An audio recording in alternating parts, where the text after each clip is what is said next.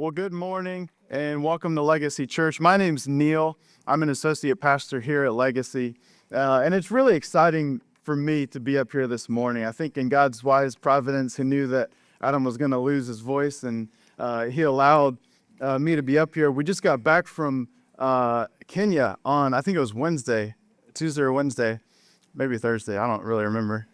We got back this week, and really, what I love about this series we're in, Heaven and Hell, what I love about this series is that what is true here at Legacy Church is also true around the world. Like what is true about God's kingdom here is also true in Kenya. What's true about heaven and hell here is also true in Colombia. What's true about everything about the gospel is also true in every part of the world. And so it's with great excitement that I just returned from Kenya, and I'm able to share a little bit about how God taught our team, how God prepped us, how God guided us towards victory in the midst of many battles that we faced along the way. And so to get going this morning, I want to start by telling you a little bit of a recap of my summer.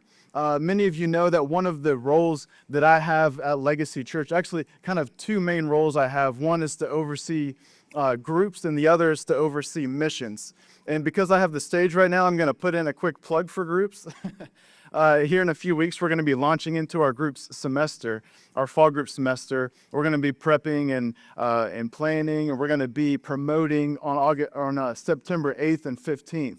And I truly believe that God has been orchestrating within your hearts this different components of leadership. I believe that there are many of you here who are equipped and ready to be a group leader, and it's time for you to say, yes, I'm willing to step up and be a group leader. We want everybody here at Legacy Church to have the opportunity to be involved in a group, because in groups we have authentic community. Like we have people around us who are Christians, who are able to build us up, bear one another's burdens. We're able to disciple one another in groups, and we need more groups. And I believe that some of you are being prepped and are ready to be group leaders. And over the next couple of weeks, my challenge to you is to come to me with your willingness and say, let's do this thing. And then my challenge for the rest of us, for all of us, is to be looking on the 8th and 15th at the different groups that we have available and have the willingness to say, yes, I want to be a part of that. Why? Because I'm ready to grow as a disciple of Christ, because I'm ready to take my next steps in my faith journey.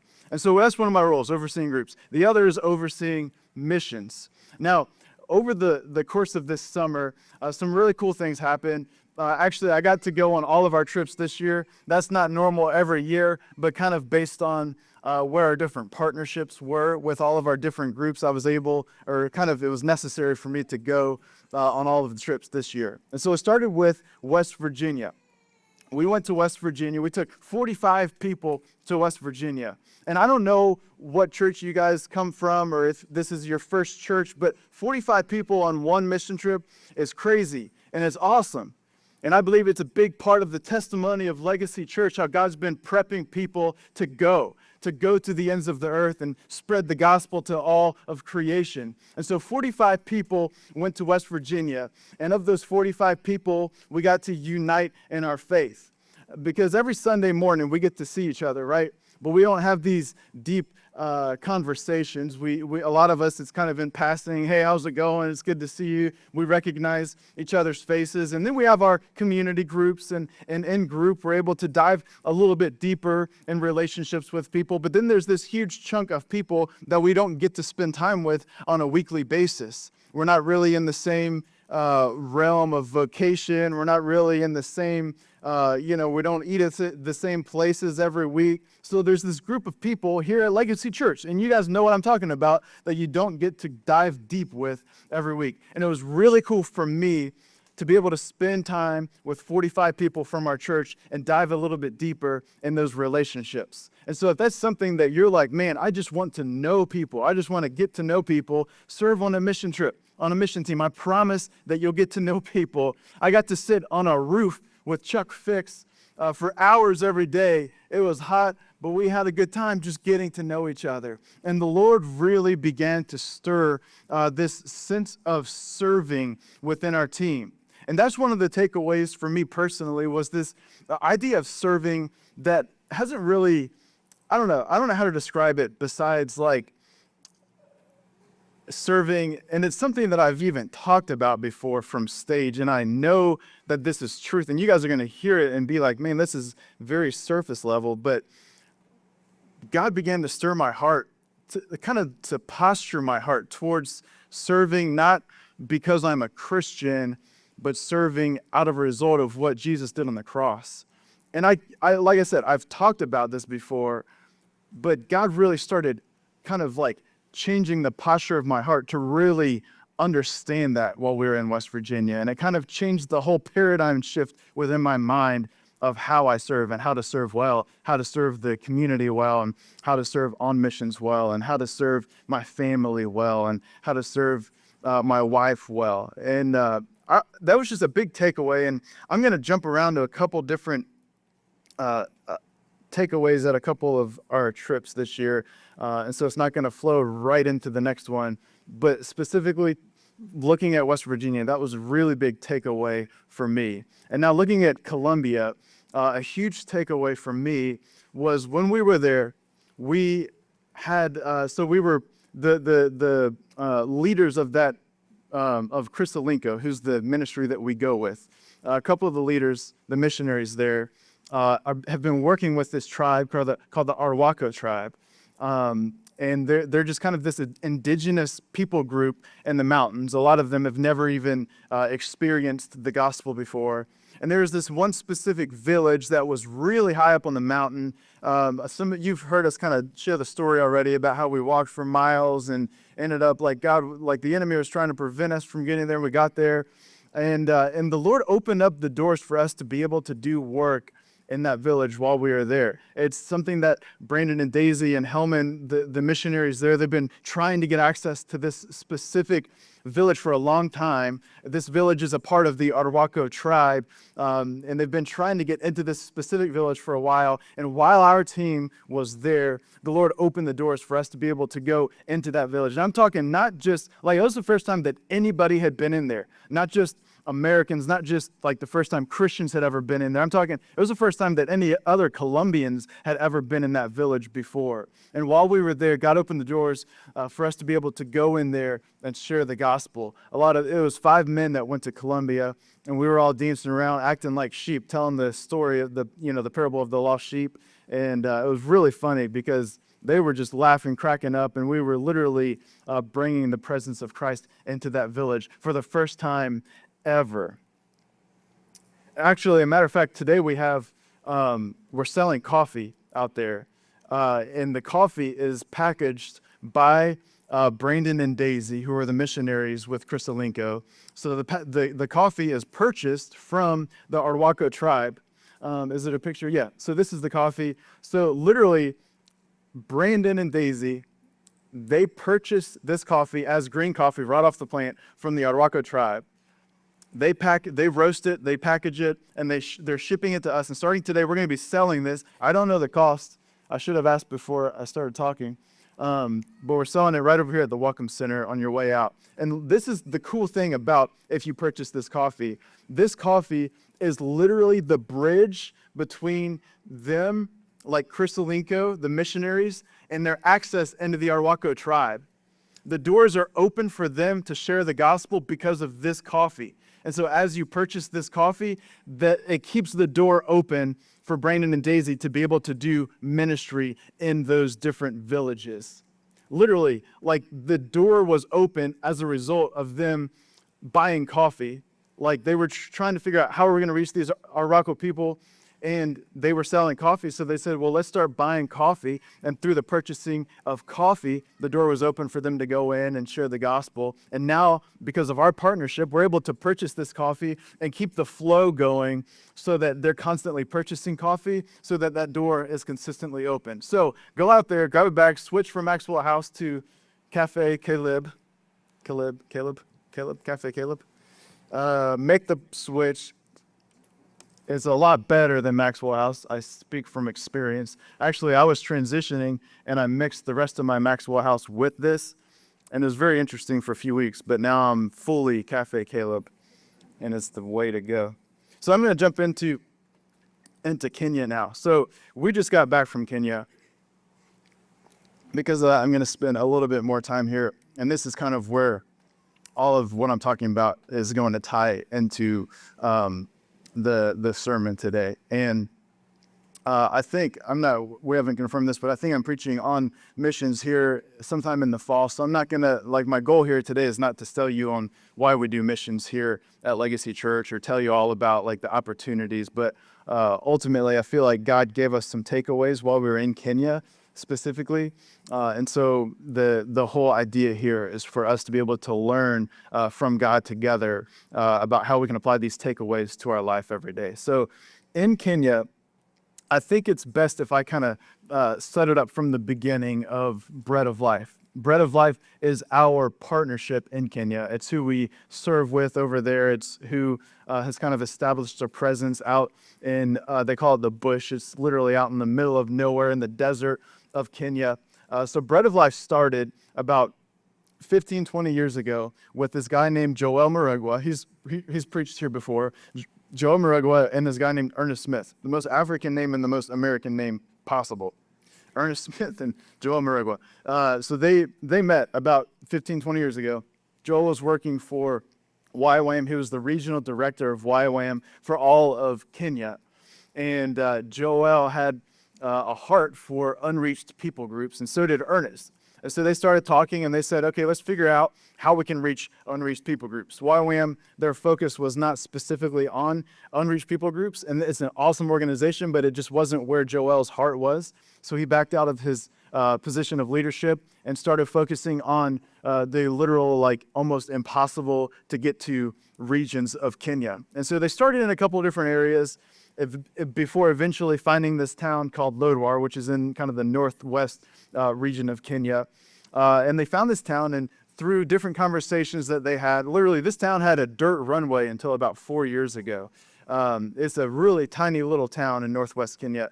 And through different conversations with people, they realized that there were people that lived out in the desert, which if you looked at this desert, it's like, man, how in the world could anybody survive? There's no water. It's a desert. And so they started walking out into the desert, and they found these different huts of people, and they started talking. And so eventually, Joel made a very strong connection in this one specific village. And he developed some disciples in that village, and he took those disciples, and they walked even further. And they got about 30 miles out into the desert, and they got to this town that they call Namariat Village. And Namariat Village is literally at that point, it was 5 huts. These little, they call them manyatas. They're these little stick huts that they build to live in. So they found this group of 5 manyatas together, and the elders of that little village welcomed them in. They were like, okay, you've been coming back to us. They were riding bicycles 30 miles into the desert, and they said, okay, you've been coming back to us time and again. We respect you, so you can come back and you can establish a presence here in our village. And so that's what they did. 12 years ago, they established a presence in Namariat Village. And over the years, they've built a lot of different things. They've built 2 churches, so one in Namariat Village and one in another town close by. They've built a medical clinic. They've built a missionary compound where they're able to host teams from overseas to come and extend the hand of ministry in short visits. And so they've had all these different things going on. And over the years, the village has grown from 5 huts to probably 30 huts. And the Lord has really been guiding people into his presence through Joel's dedication and all the disciples that he made. And it's been really cool. But 2 years ago, they decided to go a little bit further. And so they got on these, they call them picky-pickies. They're motorcycles. They got on their picky-pickies and they drove about 45 minutes until they came across another village, much like the Marriott Village. This one was a little bit bigger. And they started working with these people, and the gospel was accepted pretty rapidly by some of these people.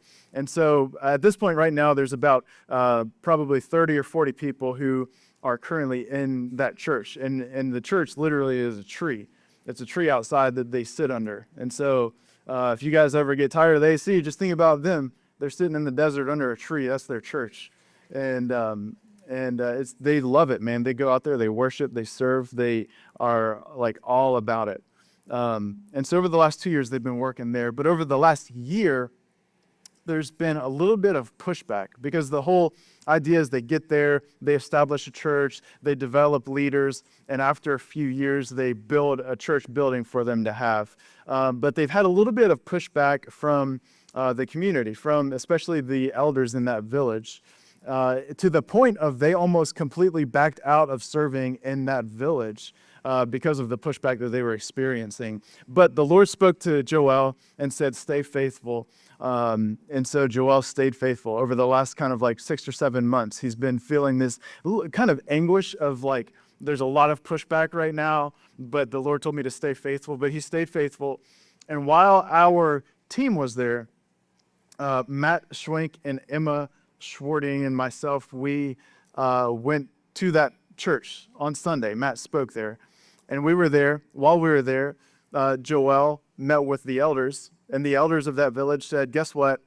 If you come back on Thursday, we can meet about the possibility of building a church on our land. And so the crazy thing is there's a church that already has provided some of the funds to get that church going. So they've literally just been waiting and trusting in the Lord. And so that happened on Sunday, and I called Adam and I was like, hey, get some people to be praying for us because this would be a huge opportunity. Like literally the Lord just provided a space for us at Legacy, and I believe that it's very possible he could be providing a space for Bread of Life to be able to start this church in Canagumeri. And so then they started, everybody was praying over here and over there, and Thursday rolled around. So we get there, and Joel goes into his meeting with the elders of the village. And our team kind of splits up into different groups, and we go out to evangelize. And so how it works is we take a translator, and we take a few Kenyans, and then we go literally walking around looking for people, and we pull people aside and tell them about Jesus. That's how it works. We're literally just evangelizing. It's like if we left here and started walking down the street, and we would walk up to these, just a house, knock on the door, walk in and start telling them about Jesus. Like that's exactly what we were doing. So my group, we're walking, and we get to to these people. It's 8 ladies, 4 older ladies, 4 younger ladies. And we pull them under a tree. Like we're out in the open, like literally these big rocks are what we're walking on. And we pull them under a tree and sit on those rocks. I was uncomfortable. I was not comfortable on those rocks, but that's beside the point. So we're sitting there and we're sharing the gospel. And the cool thing is that the 4 older ladies, they knew Jesus already. They had been coming to the church under the tree, and they knew who he was, and they had been following him for a little while now. But the 4 younger girls did not know Jesus. And so we were able to share the gospel with them. Like, do you see the joy in these older ladies' lives? This is why they have this joy. Let's back up. Let's talk about creation. This is like God created the earth, and then humans and all this, and sin entered, and then Jesus had to come. And, we told the whole story from start to finish. And by the end of probably 30, 40 minutes of talking with them, the 4 younger ladies decided to start following Jesus. And it was really cool. So then we look, and there's another group of people coming, 3 ladies and some kids, and they're walking towards us. And so we pull them under another little tree. And so some of the group kind of stays up with those ladies, kind of walking them through a little bit more discipleship. And then the rest of us go down with those other people. So we're sitting there. The Kenyans are talking with the ladies. And I go and I sit kind of like behind the ladies. I'm sitting on the ground. And I look over. And this kid, he's probably, I don't know, 10 to 12. I'm really bad with ages. He might have been like 25. I don't know. But I'm going to say he was like between 10 and 12. And he looks over at me and just literally like has the most glazed over look, like just staring at me, like not blinking, just looking at. And I thought maybe it was some like like Kenyan thing, so I tried to have a staring contest with him, but he didn't, like, he was like, so you could tell something was going on with him. So that happened, and we were sitting there, and I was like, I knew that there was something going on with him, kind of on a more spiritual level. And so the Kenyans called me up, and kind of how it works is they talk a little bit, and they kind of break the ice. They have, and they let each person share. Like, my stories were no greater than the Kenyans' stories that they were telling, but I just felt like the Lord told me to talk about the story of the widow and her offering, and how that meant the most to God because it was all she had. And I was talking about how when God calls us to follow him, he wants the posture of our heart. Like, he doesn't just want, just lip service, or for us to just do things because it's like the right thing to do. Like, he wants the posture of our heart to be focused on him. And so we're talking with these ladies, and they start to share with us that this little boy had been acting really weird. Like, there was some sort of like evil going on inside him. And these ladies don't know Jesus at all. And so they were saying that there's some like evil going on in him. What they said is that for 3 days, he was completely mute. Like, he hasn't been able to talk at all for 3 days. And for 3 days, every single night, he literally just runs in the village. He just runs and goes crazy, starts throwing stuff, and is insane. And so it's very evident to us that he was possessed by a demon. It's something that is very common in areas like this, and it's hard to say exactly why. Maybe the enemy has a hold of our country in very strategic ways. He kind of knows how to come at us with media and drugs and alcohol. I mean, it's hard to say, but what we do know is that we hear a lot of stories about the spiritual, like the tangible spiritual warfare going on in places like this. And that's exactly what we came to, was that this boy was possessed by a demon. Just all day, blank stare, completely mute for 3 days at night, just running rampant through the village. So we started praying for him. Luke chapter 10, 17 through 20 says, this is a story where Jesus had sent out a team to basically go and do ministry, and they were returning. It says the 72 returned with joy, saying, Lord, even the demons are subject to us in your name. And Jesus said to them, I saw Satan fall like lightning from heaven. Behold, I have given you authority to tread on serpents and scorpions and over all the power of the enemy, and nothing shall hurt you. We were reminded in that moment the authority of Christ that we have to speak life into this boy and for this demon to flee, because who knows, demons have no power over Jesus. So we started praying. We started going after it. I don't know what those guys were saying, but I know I was saying, like, man, get out of this boy. I was like, flee in the name of Jesus. I command you to flee from this boy. We were just going like lightning from heaven is like a very good description of what was going down. Like, we were roaring like thunder. We were commanding this thing to flee from this boy. And in the snap of a finger, this boy went from staring to blinking and looking around. He looked up at us. We said, can you tell us your name? He responded. I don't know what he said, but he responded with his name. And he starts talking to us. The authority that we have through Scripture by the power and the blood of Jesus allowed us to speak to that demon and cause him to flee from that boy and restore life to him. And that's exactly what happened. And during that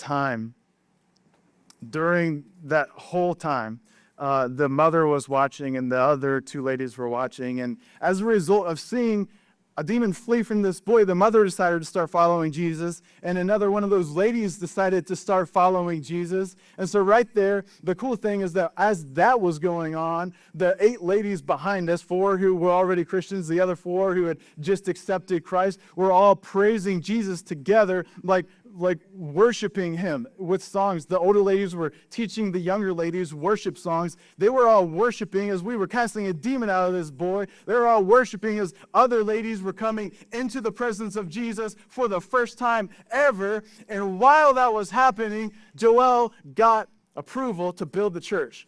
And it's even crazier because literally the ground we were standing, so that happened. The 8 ladies are right here. The 3 ladies and the demon thing was right here. So all of that took place on the exact physical ground where the church is going to be built. Yeah. The Lord ordained that ground as holy ground before we ever stepped foot on it.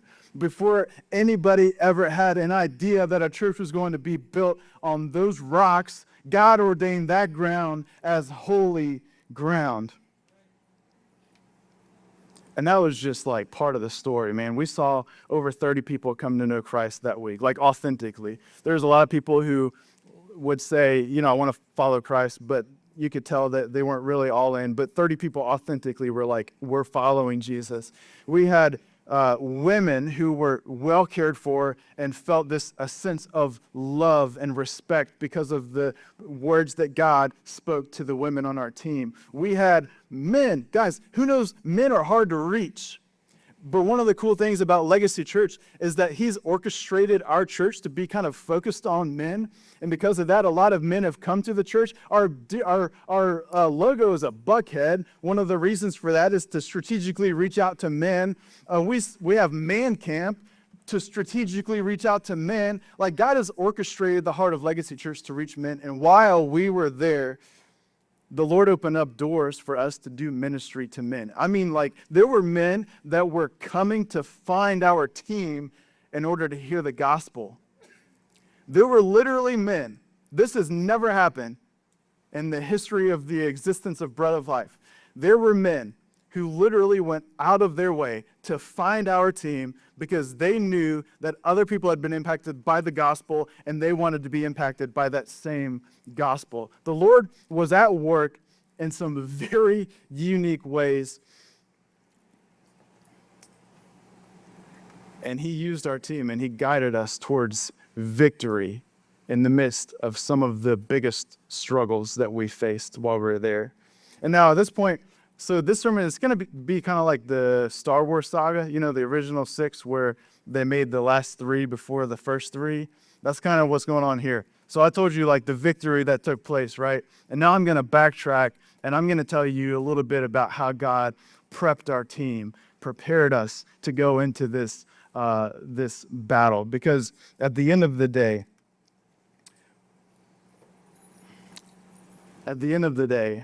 there was a lot of spiritual warfare that took place, but victory was in the hands of the Lord because of the faithfulness of Bread of Life, Joel, our team, our church. Like, victory was the Lord's, but it didn't come easy. Matter of fact, early on in the trip, the Lord started speaking different things to prepare our team. He spoke to Emma. He said that our team was under spiritual attack pretty early on. And he spoke to Bree and I kind of individually before we ever communicated. He told Bree that we're at war, and he told me that we need to be suited up for battle.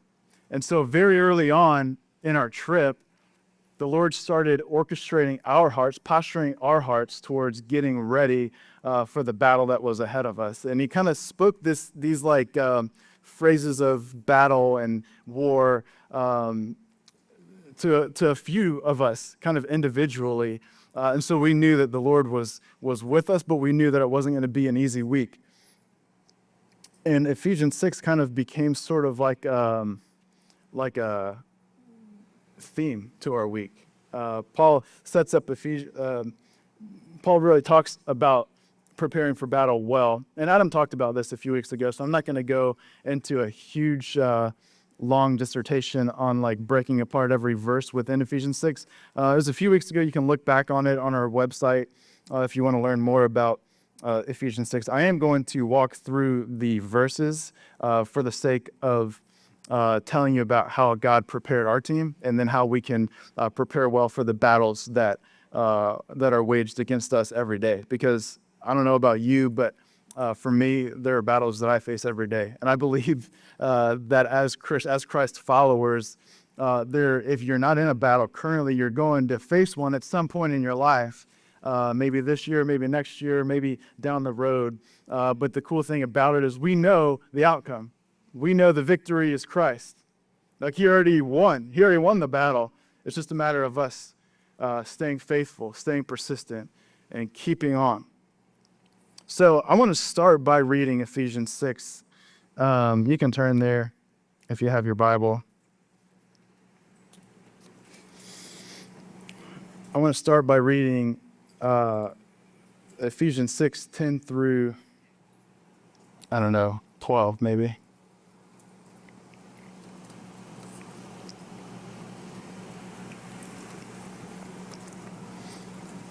I hear pages flipping, so I'm going to take a sip of water. All right, Ephesians 6, starting in verse 10. It says, "Finally, be strong in the Lord and in the strength of his might. Put on the whole armor of God, that you may be able to stand against the schemes of the devil. For we do not wrestle against flesh and blood, but against the rulers, against the authorities, against the cosmic powers over this present darkness, against the spiritual forces of evil in the heavenly places." Now, essentially what we're getting at here is that the war that we're preparing for is not a physical war, but a spiritual war. Now, Satan is real. His demons are real. It's a reality that many, it kind of like, when you talk about it, it kind of freaks people out. But it's a reality that if we kind of glossed over as if it was some sort of fairy tale, we would be damaging our spiritual journey, because this stuff is real. Like, it's not just something that's in the Bible and we can just just read on past it and think, okay, yeah, that stuff happens, but whatever. Like, it's a real thing. Satan is real. His demons are real. They attack in very strategic ways. They know the way to your heart just like you do. And so being prepared for the battle that's waged against us every day is not only something that we have the ability to do, it's necessary. It's necessary. We have to take an active stand against the enemy. He tries to come in and throw, sex out there right in front of your face. We have to be prepared for when those things come up. We can take a stand against it, fight against it, not fall into the temptation of sexual relationships with people outside of the context of marriage or pornography. The enemy is going to throw situations at you that cause you to lash out in anger naturally. We have to be prepared so that when those situations arise, we're able to withstand that battle. He's going to come in and tell you you're not good enough. You're not loved. You're not valued. Your friends don't love you. Your parents don't care about you. We have to be prepared for, as the enemy comes in and tells us those different things, that we're able to take a stand against him, that we're ready, we're suited up for battle, so that when he tells us those things, we're victorious in Christ. So let's get prepared here. Let's read on Ephesians chapter 6, verse 13.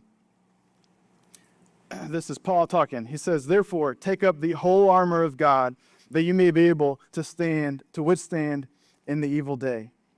And having done all to stand firm, stand therefore, having fastened on the belt of truth. Now, as I read through these things, picture literal armor. And like everybody, just close your eyes right now. As I'm reading through these different elements of suiting up for battle, imagine these things. Like tangibly imagine them. And imagine yourself fastening these to your body. Okay, so stand therefore, having fastened on the belt of truth, having put on the breastplate of righteousness, and as shoes for your feet, having put on the readiness given by the gospel of peace. In all circumstances, take up the shield of faith, with which you can extinguish all the flaming darts of the evil one. And take the helmet of salvation and the sword of the Spirit, which is the word of God, praying at all times in the Spirit with all prayer and supplication. To that end, keep alert with all perseverance, making supplication for all the saints. Now, just as Paul taught about suiting up for battle, we did the very same thing with our team. We prepared. Every morning, we had to be very intentional with our devotions. We had to be very intentional praying over one another. At the end of the day, we would bring things back that we struggled with, and we had to be very intentional about praying over each other, and we had to really focus. But it's almost even more necessary in our lives every day, because we're in this place where the enemy, like I said, he knows how to get a hold of each one of us, and it's extremely necessary for us to take time every single day to suit up for battle, to prepare for the war that's waged against us. It's very necessary. And though we were prepped, though we took time to focus on the Lord every day, we still had, there were times where we really felt like we were losing. Specifically on the day where all of that took place, a couple people on our, what I'm talking about is when the demon was cast out and the church was, approved. That specific day where a great victory took place, there were other people on our team who had a great defeat. They went out and evangelized and made no leeway. People laughed at them for trying to spread the gospel. That is something that happens. People laughed at them for trying to spread the gospel. They were hurt. They were disappointed. And they felt like they were losing the battle. And that is very true. That's very true, isn't it? In our life, we go about, we know, okay, I know scripture. I know that there is this battle. I know that, we're going to get hurt. And I know, we're going to, be tempted. But at the end of the day, it hurts. We fall down. We feel sometimes like we're trudging through mud, like we're just trying to take another step, and it's hard. We feel like the things the enemy speaks to us are real, and we might not think of it as the enemy speaking to us, but we might hear something from other people, or we might have these thoughts of our own, and it just feels like we're trudging through mud. We might go through a tragedy, and that tragedy makes it feel like the mud's even thicker. We might lose a loved one. We might, a spouse or somebody might cheat on you, or we might fail in some arena of life, and it just feels like we're trudging through mud. That's how our team felt at different points throughout the duration of that trip. We were just trying to get by, trying to spread the gospel, but we weren't making any leeway at all. But we know, especially now that we're able to look back on it, that the victory was already won. The battle was won. We saw over 30 people come to know Christ. We saw the church get approved. We saw men discipled and women very cared for. We saw victory, but there were many small battles within that whole war that were tough and brought us down. And it's the exact same thing every single day of our life. Like there's a war waged against us, and though we know the outcome, like Jesus was the outcome on the cross, we still feel like we're trudging at different points in our life. And that's why it is vital for us to prepare for the battle every day, because we will face the enemy. And kind of through all of this, I was reminded that God doesn't promise us simplicity. He promises us victory. Like when we start following him, it doesn't mean life's going to be just awesome all the time. But it means at the end of this life, victory is in the hands of God. And we'll spend eternity loving him and experiencing joy that can only be described as Christ-centered joy. So 3 quick things that I took away from that whole experience. One is that not every battle will feel like a victory. Not every battle will feel like a victory. We see this in 2 Corinthians with Paul. Paul kind of, is 2 Corinthians 11, I think it's 58 through something else. No, it ends with 58. So it's like, I don't know, a few verses there before 58. Paul is kind of talking about some different things that he experienced in his journey of ministry. And this is exactly what he says. He says, 5 times I received at the hands of the Jews the 40 lashes less 1. 3 times I was beaten with rods. Once I was stoned. 3 times I was shipwrecked. A night and a day I was adrift at sea on frequent journeys, in danger from rivers, danger from robbers, danger from my own people, danger from Gentiles, danger in the city, danger in the wilderness, danger at sea, danger from false brothers, and toil and hardship, though many a sleepless night, and hunger and thirst, often without food, and cold and exposure. And apart from other things, there's this daily pressure on me of my anxiety for all the churches. Now, Paul, as you know, was a very faithful follower of Christ. He did so many things for the kingdom, and so many people now know Jesus because of what Paul did. But you can see his journey wasn't easy. And I'm sure that not every victory that took place felt like a victory in the midst of the war. And so not every battle will feel like a victory. Secondly, we won't see the fruits of every battle. Like we're simply just not going to see the fruits of every battle that we face. Just like when we were in Colombia, like we got access to go into that village and start spreading the gospel for the first time. And we told them a story, but we didn't see anybody come to know Christ right then and there. And we might not ever see that tangibly on this earth, but it's when we get to heaven that we'll see the fruits of our labor. In West Virginia, we had, like I said, Chuck and I, we sat on that roof and worked for hours every day. And there were many different teams that went out and built porches and did some different projects around the community. And we didn't see, I can't remember, there might have been a couple people that placed their faith in Christ, but we didn't see this huge influx of people coming to know him. But we did what the Lord called us to do. We prepared for the battle. We accomplished our task. And it might not be until the end of our life that we truly see the fruits of our labor. And so it's very true that we won't see. It's just plain and simple. We're not supposed to see the fruits of our labor every day. We're called to stay faithful. We're called to stay obedient. We're called to give God our all. But we won't see the fruits of our labor every single day. And finally, if we remain faithful, we will come out victorious every time.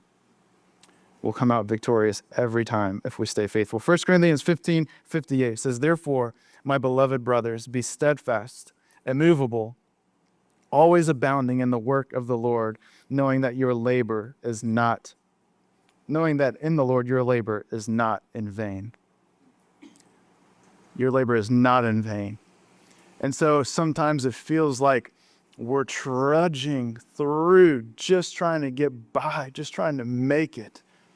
But we're promised that that labor, the toil, the anguish, the pain, the frustration, it's not in vain. We're facing a very legitimate spiritual battle, and the enemy knows the tactics to our heart. But it's vital for us to suit up for battle every single day, prepared for the things that the enemy is going to throw at us. It's vital. Our team, we had to encourage each other daily. We had to pray over each other. We had to suit up for battle every day. We had many victories. We had many devastations. But at the end of the day, the battle was won. At the end of the day, the battle was won.